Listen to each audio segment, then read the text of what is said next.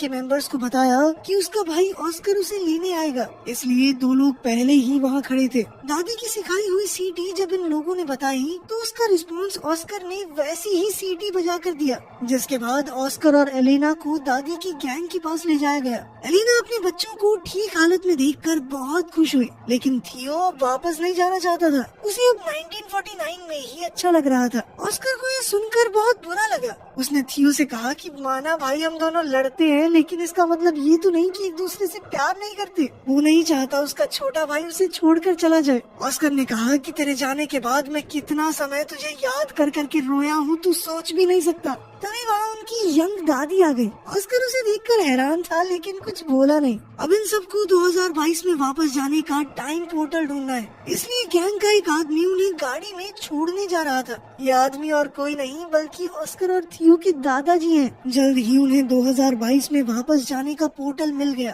और अब ऑस्कर ने थियो को वापस 1990 में भेजने की तैयारी कर ली। वो वाला पोर्टल वो पहले ही ढूंढ चुके थे उस कंस्ट्रक्शन साइट पर। थियो वापस नहीं जाना चाहता था क्योंकि 1990 में उसके पास कोई नहीं है, उसके माँ बाप नहीं थे, वो बहुत अकेला महसूस करता था। उसने ऑस्कर से कहा कि मैं अब तुम्हारे साथ रहना चाहता हूँ, तो मुझे थोड़ी थोड़ी पापा की याद दिलाते हो। ऑस्कर ने बड़े प्यार से थियो को गले लगा लिया और समझाया कि 1990 वाला ऑस्कर भी बहुत अकेला है, उसे थियो की वहाँ बहुत जरूरत है। अगर तुम अच्छे से रहोगे तो मैं वादा करता हूँ कि मेरा छोटे वाला वर्जन भी तुम्हारा बहुत ध्यान रखेगा।